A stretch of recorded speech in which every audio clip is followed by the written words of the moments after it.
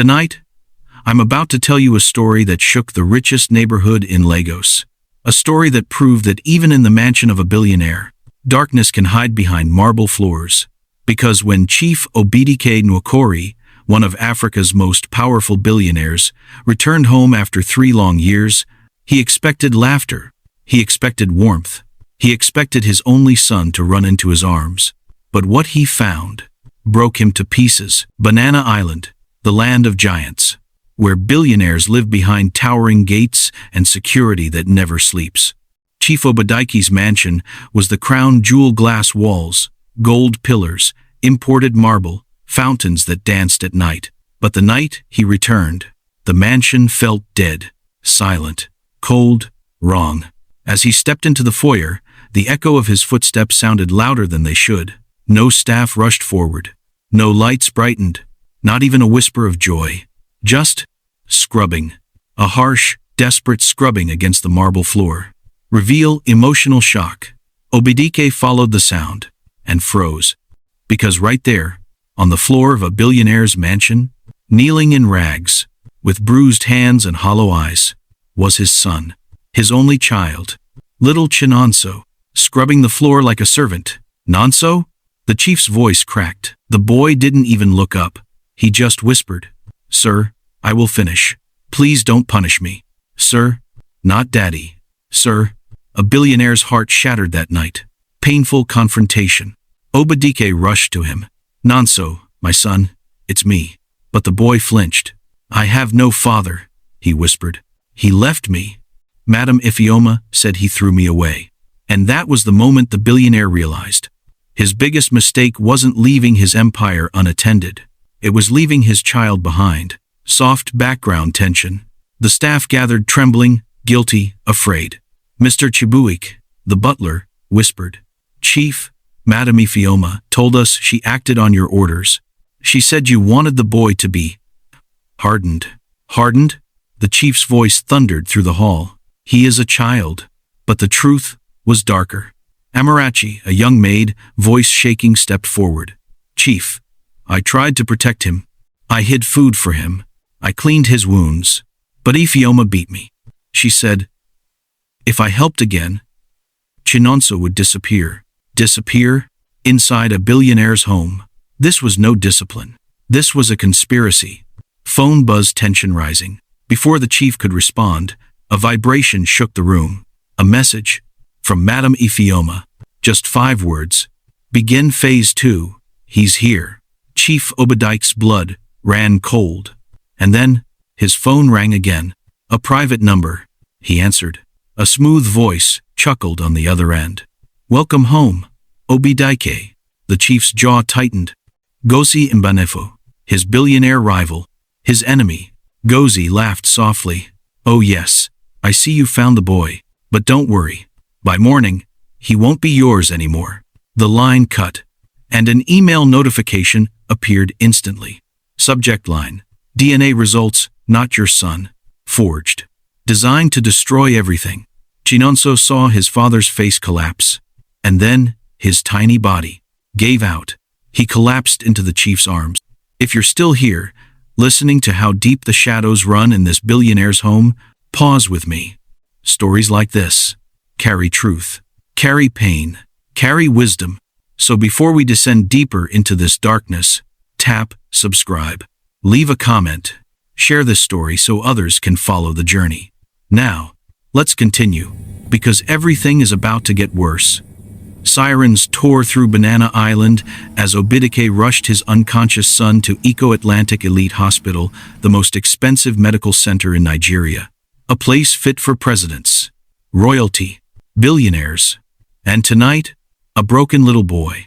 Doctors rushed him through white hallways that smelled of antiseptic and wealth, severe malnutrition, trauma fatigue, possible psychological collapse. In a mansion worth billions, a child nearly starved to death. Obidike's fists shook. Anger, guilt, fear, all crashing together. And then, something shifted in the air. A warm breeze inside the sealed hospital room. A scent he knew well. Ada Ora, his late wife. Her voice whispered through the room like a memory reborn. "Obi, Protect him. The real battle has just begun. The billionaire looked up, eyes wide. And deep inside him, something woke up. Something powerful. Something ancestral. Something ready for war. As the ambulance sliced through the Lagos night, Chief Obidike held his son's trembling hand and realized something tragic. A billionaire can own the world and still lose the one thing that matters. Chinonso's tiny fingers were ice cold, his breathing shallow, his clothes filthy. A child who should have been protected by wealth had nearly been destroyed by it. The convoy screeched into where the rich go to escape death. But even in that luxury, fear followed them like a shadow. Hospital chaos. Doctors rushed the boy into a private suite. Machines beeped. Nurses whispered. Severe dehydration. Starvation symptoms. Emotional collapse. A billionaire's son, treated worse than a stray. Chief Obidike stood frozen, his Italian suit soaked in sweat, his soul drowning in regret. This happened under my roof, he whispered, but the nightmare was far from over. The police arrive. Heavy tone, Inspector Emeka Iwu entered the waiting room. Face tense. Chief, he said, we've uncovered something bigger. Much bigger. Obidike looked up slowly. What have they done to my son? Inspector Emeka took a deep breath. Chief, Madam Ifeoma didn't act alone. She was funded. By who? The billionaire demanded. Inspector Emeka lowered his voice. Chief, Gozi Mbanefo. Silence. Then, anger like thunder. So he truly wants to destroy my lineage. Inspector Emeka nodded. And it gets worse, he continued. We found bank transfers. Hidden meetings. Staff members paid to mistreat Chinonso. A forged document claiming you're not the father. The billionaire's heart iced over. Mbanefo wants to erase my heir. Yes, Emeka said. And without an heir, your empire falls easier. The chief clenched his fists. My son will not die. My empire will not fall. But the inspector wasn't finished. Chief, there's more. They planned something called Phase 3. Billionaire felt his stomach twist. What is Phase 3? Emeka swallowed. Chief, it was the final step. Complete elimination of the boy. The billionaire staggered back. For a moment, the room tilted. They were going to kill Chinonso inside a billionaire's mansion and blame it on him. A perfect plan. Until now, inside the hospital room. Emotional beat. Hours passed. The billionaire didn't move from his son's bedside. Machines beeped steadily. The boy's eyelids fluttered. Finally, his eyes opened. Small, confused, afraid. Daddy, he whispered. Obidike shot forward, gripping his son's hand. I'm here. I'm right here. But the boy pulled away weakly. You looked at me like, I'm not your son. The chief froze. The boy had seen his reaction to the forged DNA test. Nonso, listen to me, he said, voice cracking. That test was a lie. Every word Ifeoma told you was a lie. You are my son, my blood. Chinonso blinked tears away. Then why did you leave? The billionaire swallowed hard. I left because I was broken. But while I was running from my pain, you were drowning in yours. Silence, heavy, painful. Then, the lights flickered. A soft wind passed through the sealed hospital suite. An Aura's scent filled the room. Chinonso gasped. Daddy, I feel Mama. Obidike shivered. So did he. A faint whisper brushed the air. A warning. The next morning, the police made an announcement. Madam Ifeoma had been captured, trying to escape Lagos on a private boat. She confessed to everything. The abuse, the starvation, the threats, the plan to fake the boy's disappearance, and the connection to Chief Gozi Mbanefo. But when Inspector Emeka tried to arrest Gozi, he was gone, fled, vanished from Lagos like smoke. Chief Obidike felt fire burning inside him. This isn't over, he told Emeka. That man wants my empire. He wants my son. He wants to destroy my bloodline. Inspector Emeka nodded. Then prepare yourself, Chief. Because Mbanafo won't stop. Spiritual shift. Grandmother arrives. That night, an elderly woman in a simple wrapper arrived at the hospital. Mama Nena Okeke, keeper of spiritual knowledge, custodian of Ada Ora's lineage. She entered the room without fear, without hurry. "Chief," she said, "your wife sent me." The billionaire nearly dropped to his knees. "Mama, Ada Ora's spirit is here?" Mama Nenena nodded. "She is restless, because the boy's spirit is weak. Your guilt has opened a doorway. Shadows are moving through it." The billionaire swallowed. "What must I do?" Mama and Nena placed her hand on Chinonso's forehead. "My son, you have suffered, but the ancestors are not finished with you." Then she looked up, eyes glowing. "Chief Obidike, your greatest battle is not against men, but against the darkness in your own soul." The air shifted. Lights flickered again. A cold wind swept the suite. And then, in the window's reflection, a woman's silhouette appeared. Soft, glowing, familiar. "Adadora," the chief whispered. Mama and Nena nodded. "She has returned, because the final truth must be revealed." She handed the chief a small carved box, the one Chinonso kept hidden. Inside, a photograph, a seashell necklace, a red thread, and a letter sealed in wax. From Ada Ora. The chief unfolded it with trembling fingers, and read the words that shattered his world. "The greatest danger to our family will not come from strangers, but from the one we trust the most." Mama and Nena whispered. "You never knew this, Chief Obadike. But Gozi Mbanafo once loved Ada Ora, and when she chose you, his heart twisted into hatred." The chief felt his blood turn to ice. "So all this time," he whispered, "he wanted revenge." Mama and Nena placed her hand on Chinonso's chest. "And to erase your legacy." Suddenly, Chinonso's body arched. Machines beeped wildly. He was crossing again between life and death. "Nonso!" the chief screamed, grabbing his son's hand. "Come back to me!" Mama and Nena shouted. "Call him. Your voice is the bridge." The billionaire cried out. "You are my son. You are my heir. I will protect you. I swear it on your mother's spirit." A warm wind swept the room. The lights steadied, and the boy inhaled sharply. "Daddy," Mama said, "it's not my time." The chief collapsed over him, weeping. But Mama and Nena's final words chilled him. "Prepare yourself, Chief. The shadows have tasted your fear, and now they hunger for your empire."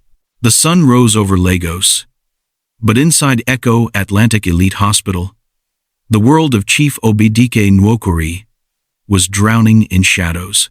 His son had survived the crossing, but the truth that came with it was darker than anything he imagined.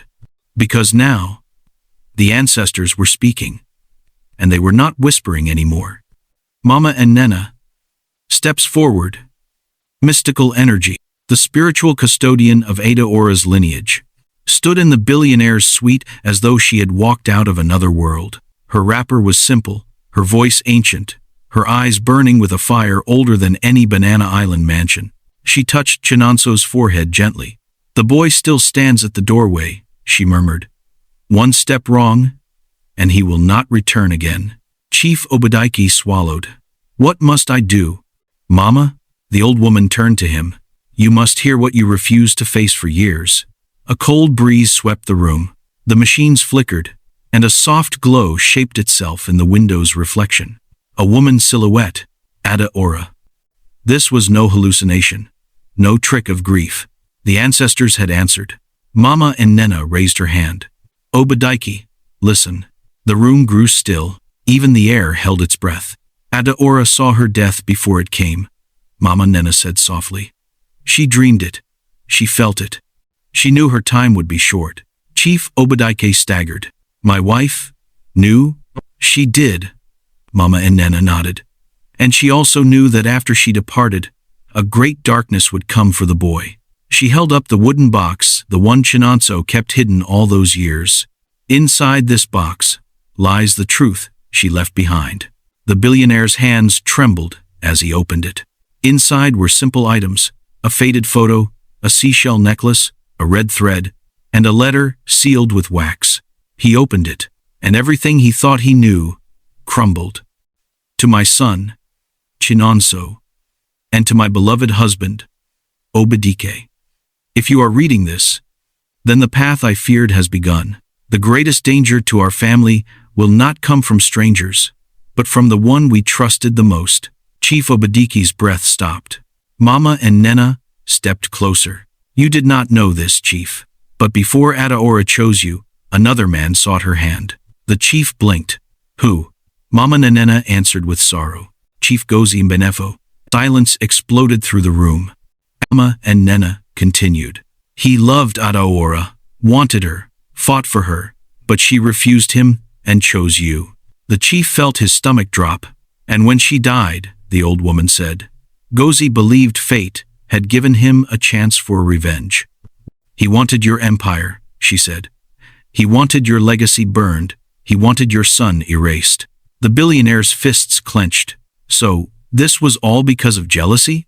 No, Mama and Nena replied. This was hatred shaped over many years.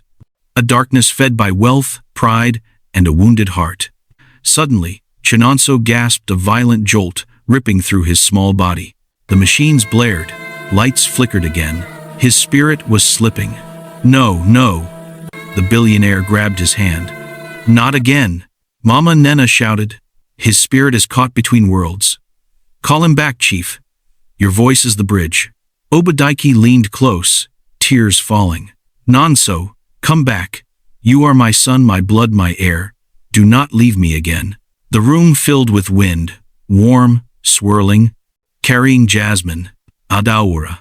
Her silhouette in the window leaned forward. Her voice soft as rain brushed the air. It is not his time.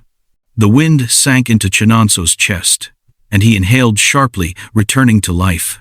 Daddy, he whispered weakly, I saw Mama. She told me to come back. Obadike collapsed onto him, sobbing. You came back to me. Mama and Nena nodded. The ancestors have restored him. But hear me clearly, Chief Obadike. Her voice deepened. Your enemy has not stopped. Gozi Mbenefo still moves in the shadows. And now that the boy has survived, he will come with even greater fury. The chief rose slowly, eyes burning with a new fire. Then, let him come. Mama and Nena smiled faintly. You have finally become the man your wife saw in her dreams. The hospital grew quiet. The spirits withdrew. The ancestors' message lingered like smoke in the air. The billionaire held his son close, knowing the battle ahead would decide everything. His family, his empire, his legacy, his redemption. But the ancestors had spoken. Morning broke over Banana Island. But for the first time in years, the light felt different, warmer, wiser, as if the ancestors themselves had stepped into the day. Inside Eco-Atlantic Elite Hospital, Chief Obadike stood at the window, watching the sun touch the lagoon. With new eyes, he was no longer the billionaire running from his grief, no longer the man hiding behind power and business meetings. Today, he was just a father preparing to take his son home. By afternoon, the convoy rolled through Banana Island polished SUVs, armed security, tinted windows. But inside the main car, all that mattered was a quiet boy leaning against his father. Chinonso's fingers wrapped tightly around the silver key from his mother's box, Adaora's key. His birthright. And the billionaire held his hand the entire ride. Not from guilt this time. From love? When the gates of the mansion slid open, everyone froze. The once proud home where marble gleamed and fountains danced now stood covered in tension. Investigators had swarmed it. Crooked staff stood in handcuffs. Media drones hovered outside. But the moment the boy stepped out, a hush fell over the entire estate. Amarachi, the young maid who risked everything for him, ran forward with tears streaming. Chinonso. Oh, thank God, you're alive. The boy touched her arm softly. Thank you for saving me. Behind her, Mr. Chibuike, the butler, dropped to his knees. Chief, forgive us. We failed you. We failed the boy.